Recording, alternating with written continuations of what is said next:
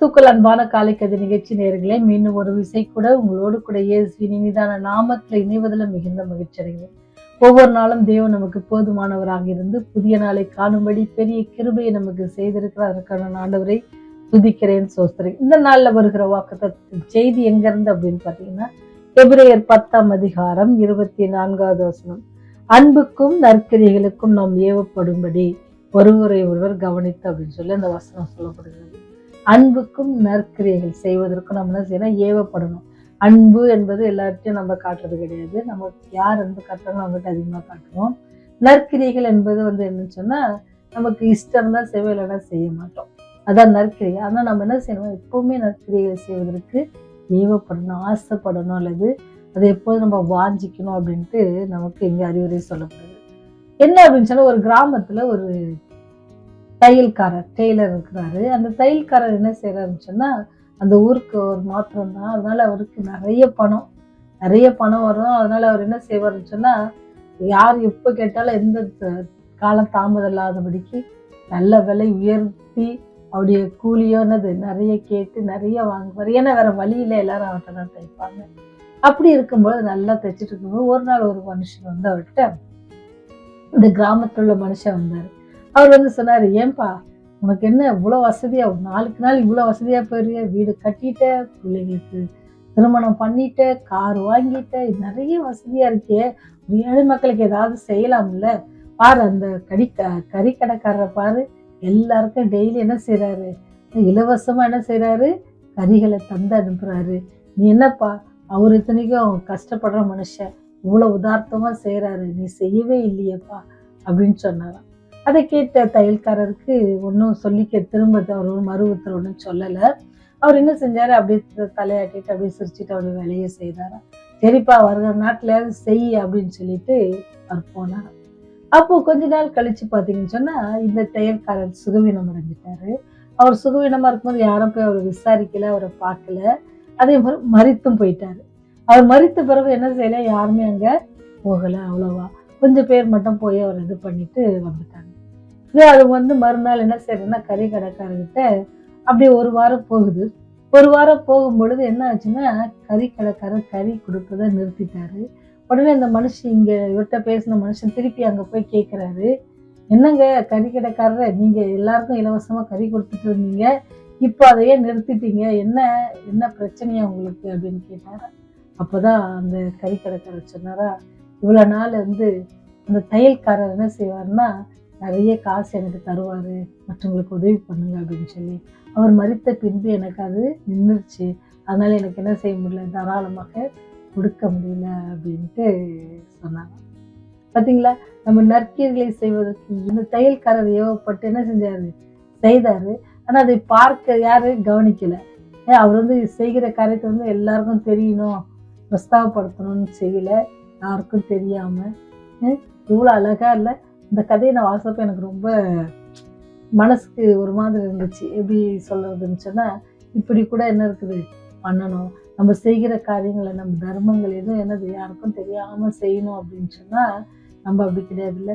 நீங்க பாத்தீங்கன்னா வேதாகமத்துல ஆண்டவர் காணிக்கை செலுத்துற இடத்துல அந்த பெட்டி பக்கத்துல உட்காந்துருப்பாரு. எல்லாரும் அதிகமா கொட்டிட்டு இருப்பாங்க. ஆனா ஒரு விதவை என்ன செஞ்சாங்க, 2 காசை எடுத்து ஒரு பெண்மணி அது போடுவதற்கு கூட வெக்கப்பட்டு ஒழிச்சு போடும்போது ஆண்டவர் சொல்றாரு, என்னது இந்த அம்மா அதிகமா கொடுத்தாங்கன்னு சொல்லி. சில வேளையில நீங்களும் நானும் பார்க்கிற பார்வையில் ஆண்டவர் எல்லாரையும் பார்க்கிறார். உங்களுடைய நற்கிரியைகளை நீங்க அன்பு செலுத்துவதே அவர் என்ன செய்யறாருன்னா பார்க்கிறார்ன்றதை நீங்க மறந்துடாதீங்க. மனுஷர் ஒருவேளை நம்மளை தவறாக பார்க்கலாம், நம்ம செய்யறது யாருக்குமே தெரியாம கூட போகலாம், அது நம்மளுக்கு காரியம் இல்லை. ஆனா ரிவார்டு எங்கிருந்து வரும்னு சொன்னா, பரலோகத்து தேவன் உங்களை பார்த்து உங்களை ஆசீர்வதிப்பார்.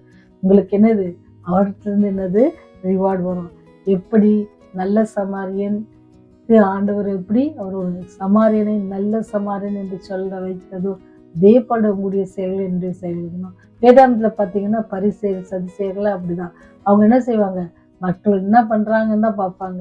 ஆனா அவங்க என்ன பண்றாங்கன்றத அவங்க ஒரு நாளும் பார்த்துக்க மாட்டாங்க. மற்றவங்க ஏதாவது தவறு செய்து அதை சுட்டி காட்டுவதற்கு நிறைய பேர். அப்போ இந்த தவறா சொன்ன மனுஷன் ரொம்ப வருத்தப்பட்டாரா, அப்படியா கறி கடைக்காரர், என்ன இவ்வளவு நாள் அவர் யாருக்கும் உதவி செய்யலன்னு நினைச்சேன் அப்படின்னு சொன்னா, இல்ல இவ்வளவு நாள் உதவி செய்தது அவர் தான்.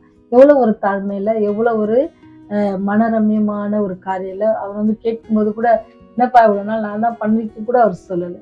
உங்களுடைய வாழ்க்கை என்னுடைய வாழ்க்கை ஆண்டவருக்காக எப்படி இருக்குது, நம்ம நற்கிரிகள் செய்கிறவர்களாகவும் அன்புள்ளவர்களாகவும் இருக்கிறோமா அப்படின்றத நீங்களும் நானும் கண்டிப்பா பார்க்கணும். வேதாமத்துல அநேகர் என்ன செஞ்சாங்கன்னு சொன்னா, அநேகருக்கு உதவினார்கள். அவங்க கஷ்டப்படும் பொழுது அவருடைய தேவைகளை செஞ்சாங்க. ஒருவேளை யுத்தத்துக்கு போகும்போது அவர்களை கவனித்தாங்க.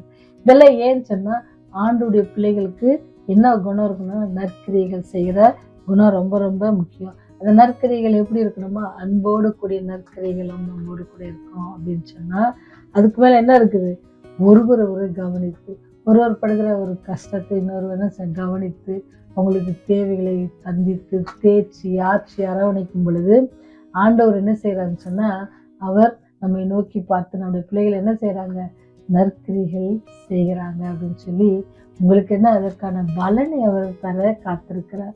எப்படி நல்ல சமாரியன்றது போல உங்க பேர் போட்டு நல்ல அப்படின்ற ஒரு அப்படின்னு வார்த்தை ஆண்டவர் சொன்னார் அப்படின்னா அது எப்படி இருக்கும்னு பாருங்க. நீங்களே போட்டு இன்னைக்கு உங்க பேரை போட்டு நல்ல வெண்மதி, நல்ல ஸ்டீஃபன் அந்த மாதிரி நீங்க சொல்லுவீங்க அப்படின்னு சொன்னா, ஆண்டவர் என்னது, ஆண்டவர்கிட்ட இருந்து அது வரும் அப்படின்னு சொன்னா அது எவ்வளவு பெரிய ஆசீர்வாதமா இருக்கும். இந்த மாதிரி ஒரு ஆசீர்வாதம் உங்களுக்கு வேணுமா அப்படின்னு சொன்னா, இன்னைக்கு அன்பிலும் நற்கிரியைகளும் நம்ம என்ன செய்யணும், ஏவப்பட்ட நற்காரியங்களை செய்து ஒருவரை ஒருவர் கவனித்து அவருடைய தேவைகளை சந்தித்து ஆண்டுடைய கற்பனைகளை நாம் நிறைவேற்றுகிற பிள்ளைகளாக இருக்க தேவன் உங்களை அழைக்கிறார். நீங்கள் ஆயத்தமா இருக்கீங்களா? செய்யணும். எங்களை அதிகமாய் நேசித்து வழிநடத்துகிறதான பரலோக தந்தையே, இந்த நாளிலும் கூட உங்களுடைய அன்பின் கரத்திலே எங்களை ஒப்பு கொடுக்கிறோம்.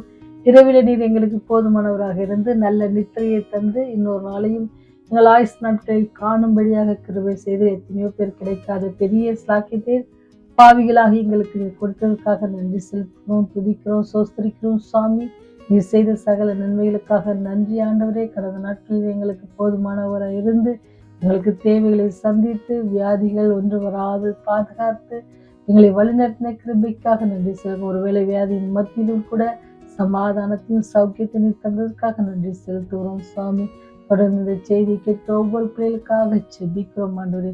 நம்முடைய நற்கிரிகள் எப்படி இருக்கிறது என்பதை நாங்கள் உணர்ந்து ஆராய்ந்து பார்க்க கிருபை செய்யுங்க தகப்பனே. நாங்கள் நம்முடைய அன்பை நாங்கள் மற்றவர்களுக்கு எப்படி வெளிப்படுத்துகிறோம் என்பதை நீர் எங்களுக்கு கற்றுத்தாங்க சுவாமி. ஆவியானவர் எங்களோடு கூட இடைப்படட்டும் ராஜா.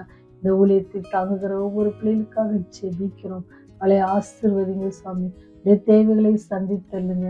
குழந்தை பாக்கத்துக்காக கண்ணீரோடு வேண்டிக் கொள்கிற பெற்றோர்களுக்காகவும் ஆண்டவருடைய பாதத்துல கணவன் மனைவிக்காகவும் செபிக்கிறோம் ஆண்டவரே. ஏற்ற வேலைகளை ஏற்ற காரியங்களை அவங்க வாழ்க்கையில் நடக்க நீங்க கிருபை செய்யுங்க சுவாமி. அவள் அந்நாளை போலுடைய பாதத்தில் தங்களுடைய இருதயத்தை ஊற்ற நீர் கிருபை செய்யுங்க ஆண்டவரே. எங்களுடைய பாவங்கள் பெரியது கர்த்தாவை, எல்லாவற்றையும் ஒரு விசை கூட இந்த கல்வாரி சிலுவையில் சிந்தின அந்த ரத்தத்தினால மன்னித்து கழுவி ஆண்டவரை எங்களை சுத்திகரித்து உடைய அன்பின் ராஜ்யத்துல நாங்களும் பங்கு பெற நீர் கிருபை செய்ய வேண்டுமா? இயேசுவின் வழியாய் ஜெபிக்கிறோம் ஜென்மல நல்ல தகப்பனே. ஆமென்.